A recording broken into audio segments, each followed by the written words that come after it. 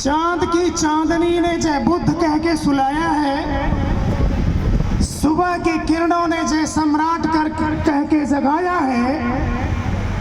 क्यों झुकाऊं अपना सिर किसी पत्थर के सामने, सीना तान कर चलना फूले पेरियार और बाबा साहब ने सिखाया है।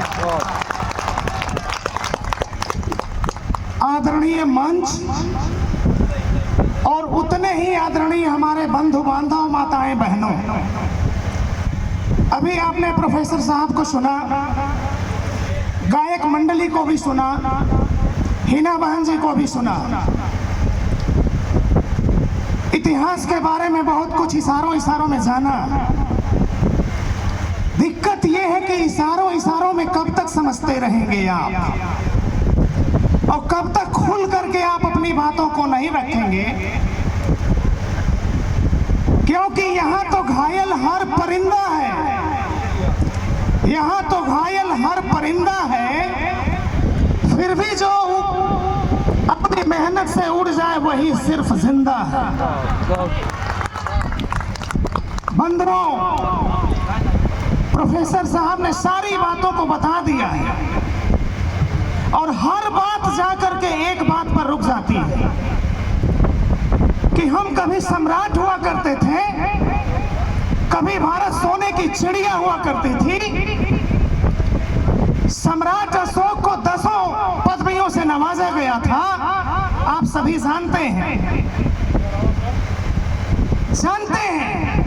पर फिर अपने खोए हुए इतिहास को, खोए हुए स्वाभिमान को और खोई हुई समृद्धता को पाने के लिए क्या इंतजाम और क्या काम करते हैं। मामला ये है, साल भर में हम सभी एक कार्यक्रम लगाते हैं और सच बोलना ही एंटी नेशनलिस्टिक है। आज के समय में सच बोलना ही एंटी नेशनलिस्टिक है। तो हम सभी अपनी बात प्रतीकों के माध्यम से कहते हैं। सम्राट अशोक का समय था, है नहीं। सम्राट अशोक की चीजों को, बुद्ध की चीजों को जितने ये अनुयायी लगे हुए हैं, जितने हमारे महापुरुष लगे हुए हैं, सबने एक ही बात बताई, बुद्ध की फिलॉसफी को आगे बढ़ाया। तो क्या हमने आज तक कुछ सीखा? बुद्ध जी की लड़ाई किससे थी और बुद्ध जी से घृणा किसको है? उन्होंने समानता की बात की, उन्होंने हक, अधिकार और स्वाभिमान की बात की, उन्होंने विज्ञान की बात की। क्या आपने माना आज तक? पोस्टर पे इतने महापुरुष लगे हुए हैं। जन्मोत्सव का मतलब ये नहीं है कि जिनका है केवल उन्हीं के बारे में बात कही जाए। तमाम सम्राट अशोक के बारे में आपने बात सुना है। बात ये नहीं है, हमें इतिहास इसलिए जानना है, हम गरीब कैसे हुए, हम गुलाम कैसे हुए, महत्वपूर्ण मामला ये नहीं है। मामला ये है कि हम गुलाम और बेदीन और नान और नीच कैसे हुए, किसने किया, ये जानने का ये मंच है, ये जन्मोत्सव है। और जब इस बात को आप समझेंगे तो सबसे पहले बात आएगी असमानता की, जिस पर फ्रेंच रेगुलेशन हुआ था, इक्वालिटी, फ्रेटर्निटी एंड लिबर्टी। तो असमानता। दूसरा चीज ये है कि इन लोगों ने कहा, बताया रविदास जी ने कि जाति जाति में जाति है, जस केलन में पात। और बुद्ध जी कहते हैं कि बुद्ध धम्म की क्या पहचान, मानव मानव एक समान। और आपको ये जानना होगा कि कौन ऐसे लोग हैं जो मानव और मानव में भेद करना चाहते हैं और मानव मानव में भेद किया है। जब तक आपको अपने दोस्त और दुश्मन की पहचान नहीं होगी, आप कुछ भी नहीं कर सकते, क्योंकि वो चाहते हैं कि हम जो कहें वो माने आप। उनका कहना है कि हम कहें और आप मानिए। और इन सारे महापुरुषों का कहना यह है कि पहले जानिए फिर मानिए। आप कहाँ हैं? इतिहास विभाग के प्रोफेसर साहब ने सारी बातें रख दी हैं। बंधुओं, सीधी सी बात है कि हमें उनको पहचानना है उनसे दूरी बनाना है। जिन रास्तों पर चलकर आपको अभी तक कोई फायदा नहीं हुआ, उस रास्ते पर चलना छोड़ दीजिए और जिसे भी सही दिशा में जाना है उसे सबसे पहले गलत दिशा में जाना बंद करना होगा। क्या हमने गलत दिशा में जाना बंद किया? नहीं किया है। आज तक लोग बंधुओं, कतरा थे कभी हम समंदर बना दिया, कतरा थे कभी हम समंदर बना दिया, अधिकार दिलाया और मुकद्दर बना दिया। पैरों के धूल समझते थे कुछ चंद मुट्ठी भर लोग, बाबा साहब ने एक झटके में सबको बराबर बना दिया। बंधुओं, कहाँ हैं आप? आपकी इतनी समृद्धशाली विरासत है। कबीर भी अपने जमाने में डरा करते थे। तभी कबीरदास ने कहा कि पोथी पढ़ जग मुआ और पंडित हुआ न कोई। आप सभी जानते हैं, मैं कुछ नया नहीं बोल रहा हूं। पोथी पढ़ जग मुआ पंडित हुआ न कोई, और 2.5 अक्षर प्रेम का पढ़ा सो पंडित। तो 2.5 अक्षर आपने क्या समझा? आज तक नहीं समझा। इस 2.5 अक्षर को कबीरदास खुल के कहने में डरते थे, क्योंकि हमारा तो इतिहास, जिसने भी आवाज उठाई है उसको, उसकी आवाज को दबा दिया गया है। आप संभूक से लेकर के वीर एकलव्य को देखिए, आप फूलन देवी को देखिए, आप बाबू जगदेव सिंह कुशवाहा को देखिए, कर्पूरी ठाकुर को देखिए, ये सारे महापुरुषों की तस्वीर लगी है। बंधुओं, जिसको अधिकार चाहिए उसे लड़ना होगा, जिसको अधिकार चाहिए उसे लड़ना होगा, और जिसे लड़ना होगा उसे सबसे पहले पढ़ना होगा। और यदि बिना पढ़े लड़ने गए तो आपकी हार निश्चित है। बंधुओं, जन्मोत्सव का मतलब ये होता है कि अपने हक हुकूक की लड़ाई, अपने स्वाभिमान की लड़ाई। आप इस बात को समझते हैं, जानते भी हैं कि जब ऊंची नीची जमीन एक अच्छी फसल नहीं दे सकती है, तो ऊंच नीच पर आधारित धर्म एक अच्छा समाज और एक अच्छा राष्ट्र कैसे दे सकता है? इस बात को बताने की जरूरत है क्या?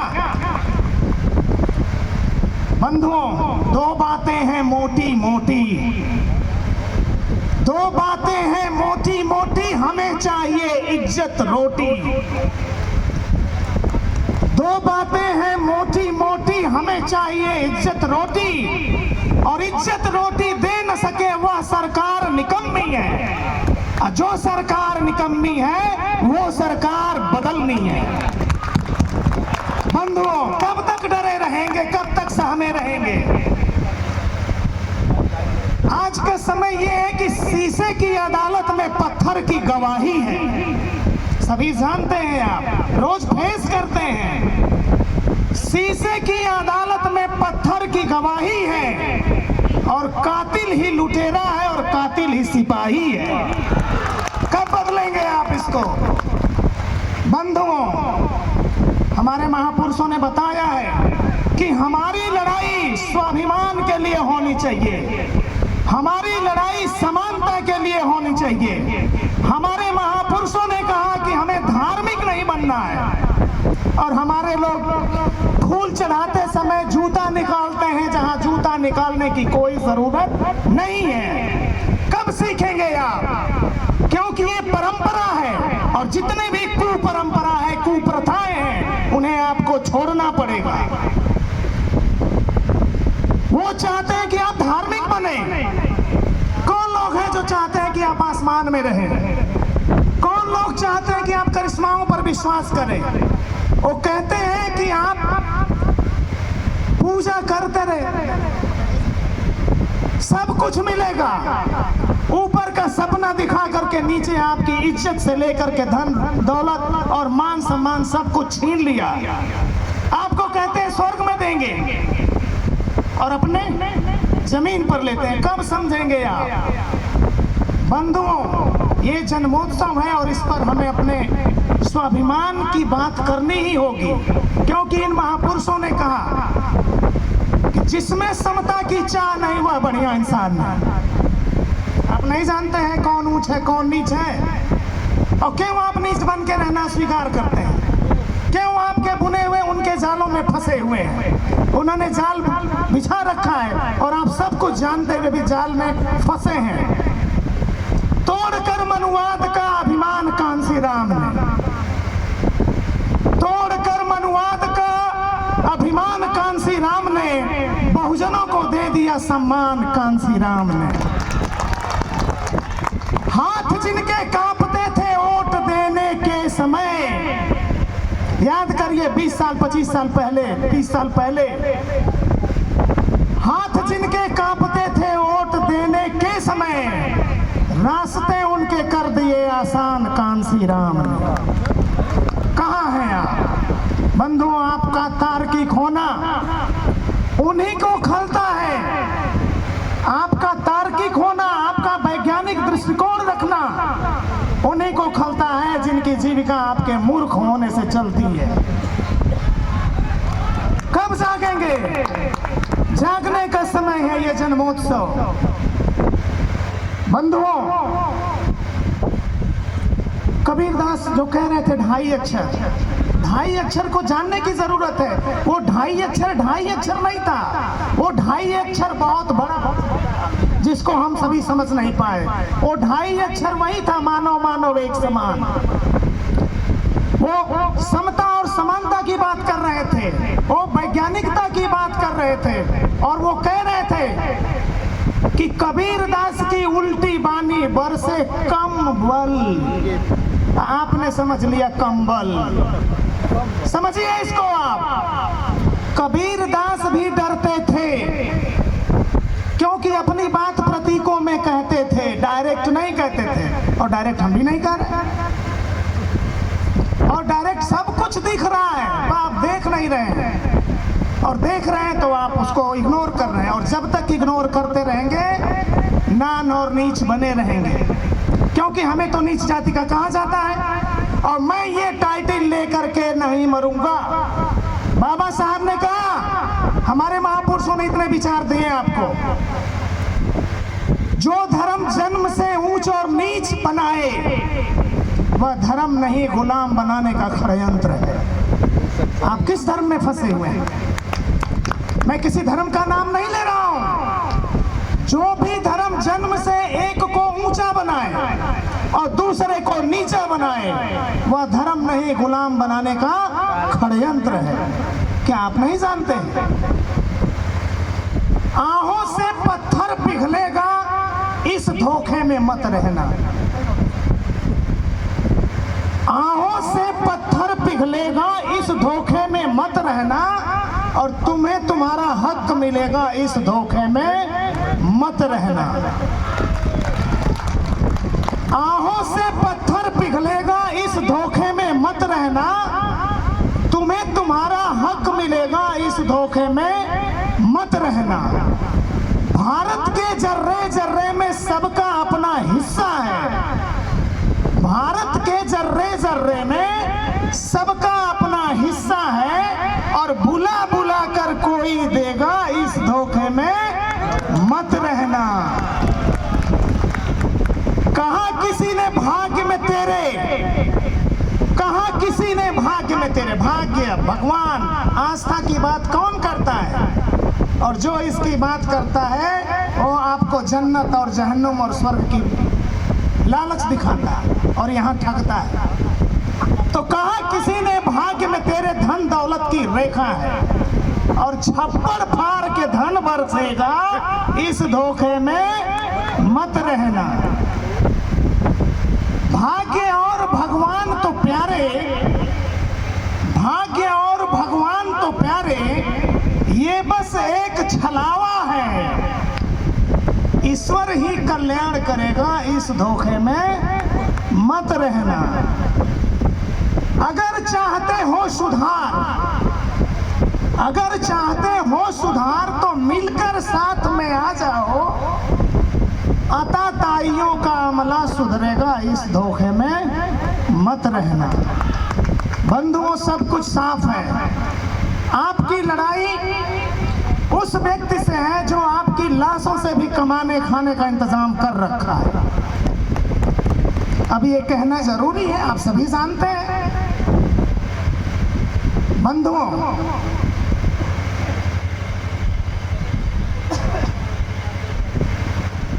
मैं ज्योतिबा फूले की बात को करता हूं। हालांकि आज हमारा समाज पढ़ लिख गया, लोग कहते हैं शिक्षित बनना जरूरी है। मैं नहीं कहता, मैं नहीं मानता इस बात को।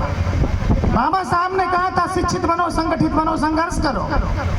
तो क्या आज तक हम शिक्षित नहीं हो पाए? बहुत शिक्षित हो गए।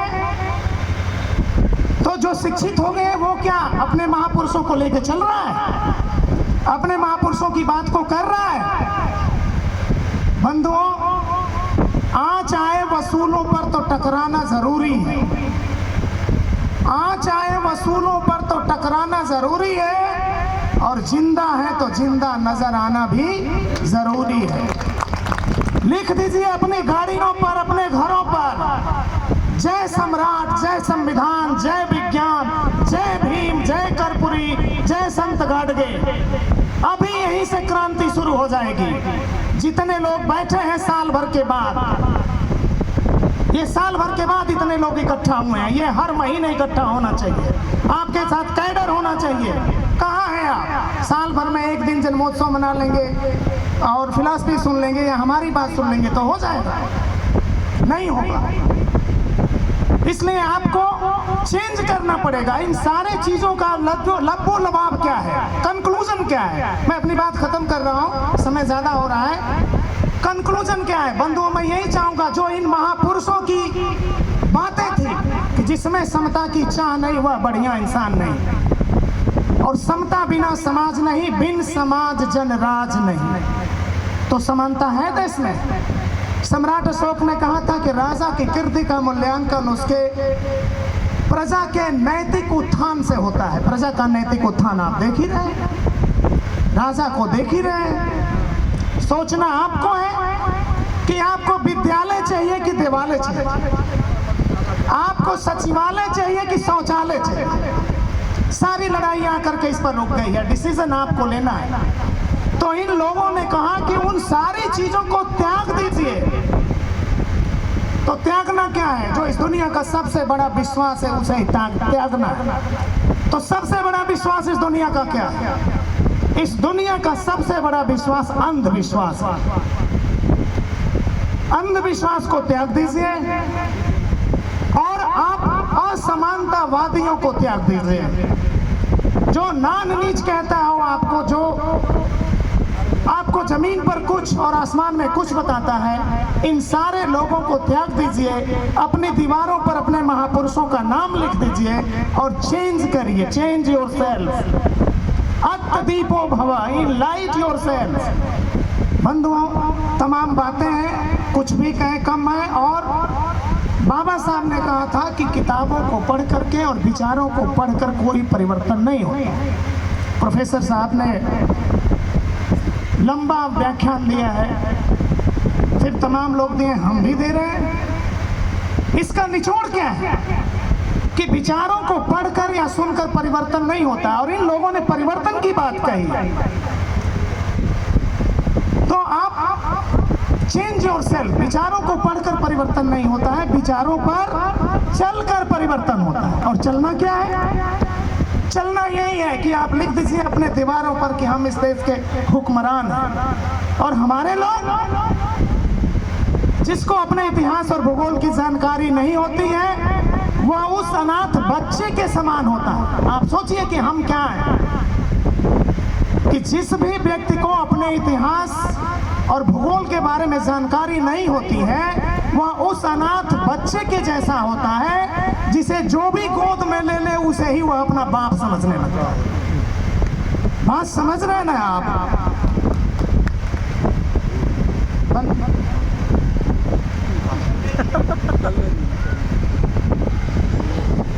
जलते घर को देखने वालों, जलते घर को देखने वालों, कूस का छप्पर आपका है। क्योंकि सहमी हुई है झोपड़ी। देखिए ठीक है, पानी है सर। सहमी हुई है, आपकी लड़ाई किससे है ये आप डिसाइड करिए शेर के माध्यम से। सहमी हुई है झोपड़ी बारिश के खौफ से,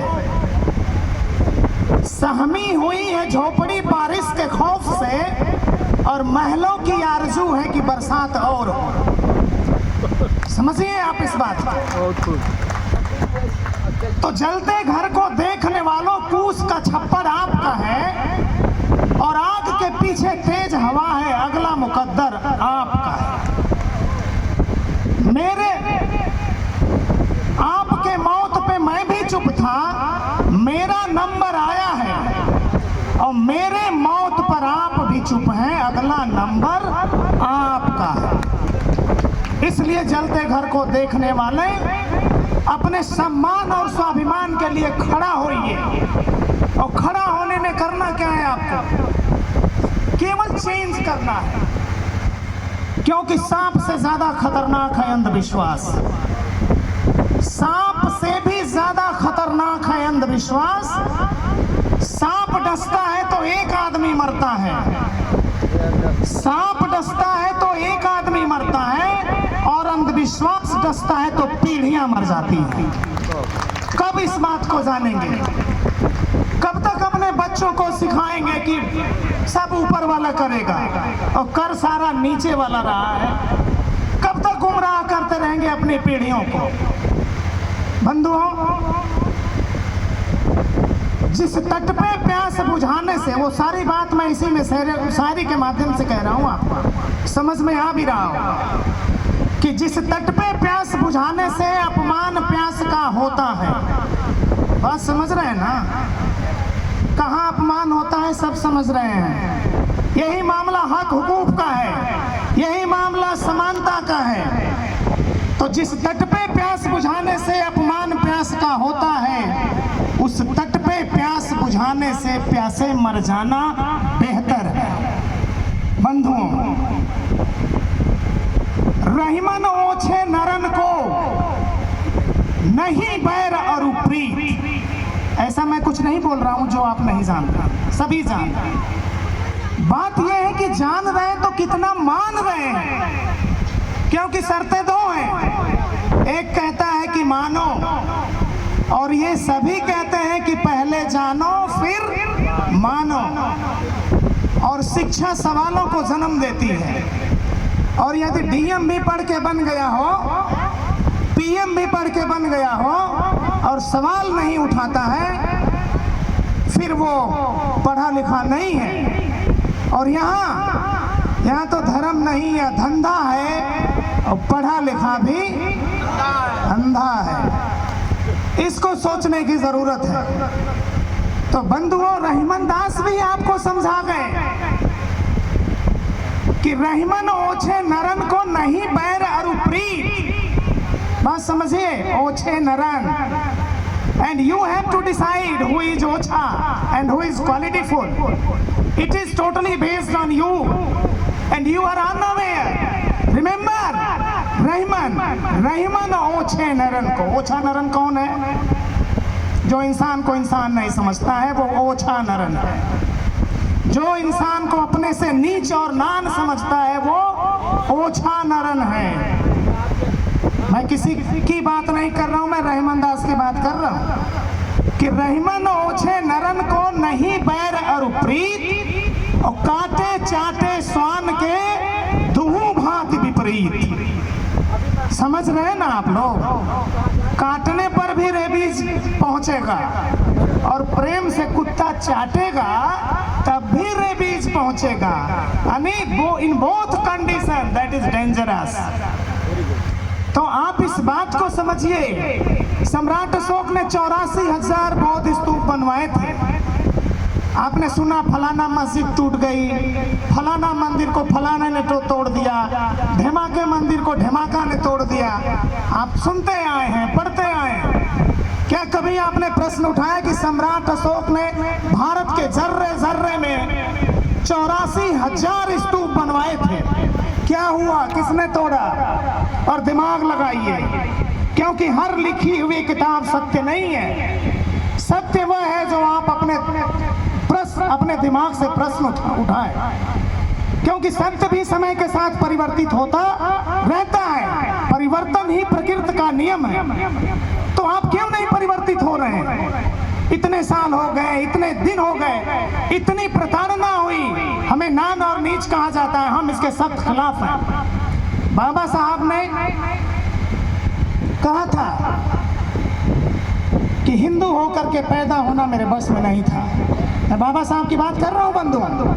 आखिर किसकी बात करके? Symbol of knowledge. विश्व में उनके जितना पढ़ा लिखा कोई नहीं हुआ, हम उनकी बात कर रहे हैं। और वो कहते हैं कि हिंदू धर्म में पैदा होना मेरे बस में नहीं था, लेकिन मैं हिंदू रहकर मरूंगा नहीं, यह मेरे बस में है। तो आपके इतने समृद्धशाली लोग हैं जो संविधान दिए। संविधान, सम मतलब समझते हैं ना आप? बराबरी का विधान जो सम्राट अशोक का विधान था, जो बुद्ध का विधान था, जो रविदास जी का विधान था, जो टीपू सुल्तान का, आपके देखिए बैनर में लगे हुए। माता सावित्रीबाई को कौन भूल सकता है? जब वो पढ़ाने जाती थी तो उनके ऊपर गोबर और कीचड़ कौन फेंकता था? क्या आप नहीं जानते? और आप जो है आप शुभ कराते हैं अपना। तो एक म्यान में दो तलवार रखेंगे तो तलवार तो फटेगी ही। डिसाइड करिए आप। एक तरफ आसमानी दुनिया है और एक तरफ जमीनी दुनिया है। एक तरफ करिश्माई दुनिया है, एक तरफ चमत्कारिक दुनिया है, और एक तरफ जमीनी हकीकत है। मान सम्मान स्वाभिमान है। आपको किधर रहना है ये डिसाइड आपको करना है, वरना पाथर पूजे हरि मिले तो मैं पूजू पहाड़। कबीरदास ने कहा है ना। आज क्या ही कहा है क्या? कबीरदास ने तो तब से कहा है, आप सभी जानते हैं। कबीरदास अपनी बातों को सही से नहीं रख पा रहे थे, तो उन्होंने प्रतीकों के माध्यम से रखा कि पाथर पूजे हरि मिले तो मैं पूजू पहाड़, और घर की चकिया कोई न पूजे जिसका पीसा खाए। कितने नादान और भोले हम हैं, और हमारे पढ़े लिखे लोग और बुद्धिजीवी लोग। मलमल धोए शरीर को धोए न मन का मैल। मलमल धोए शरीर को धोए न मन का मैल, नहाए गंगा घूमती रहे बैल के बैल। कब तक बैल बने रहेंगे आप, और कब तक बैल बना रहेगा हमारा समाज? बंधुओं साथियों, आप सभी से इस जन्मोत्सव पर ये कामना है हमारी, ये रिक्वेस्ट है कि आप अपने गौरवशाली इतिहास को समझिए, अपना रास्ता बदलिए। जो रास्ता आपको असमानता की खाई में ले जाता हो, जो रास्ता आपको अंधविश्वास और पाखंड की दुनिया में ले जाता हो, जो रास्ता पत्थरों से चमत्कार की बात करता है, उन रास्तों को छोड़िए। ये मैं नहीं कहता, ये सारे महापुरुष कहते हैं। तो आज इस उत्सव पर मैं आप सभी लोगों को संवैधानिक एवं वैज्ञानिक शुभकामनाएं देता हूं, और अपनी बातों को यही खत्म करता हूं कि आइए मिलजुल कर अंधेरों को मिटाया जाए। क्योंकि अंधेरों से दोस्ती है कुछ लोगों की, वो चाहते हैं कि अंधेरा कायम रहे, लेकिन हम चाहते हैं, ये महापुरुष चाहते हैं कि आइए मिलजुल कर अंधेरों को मिटाया जाए, और ज्ञान का दीप, स्वाभिमान का दीप, समानता का दीप हर एक दिल में जलाया जाए। बहुत बहुत धन्यवाद।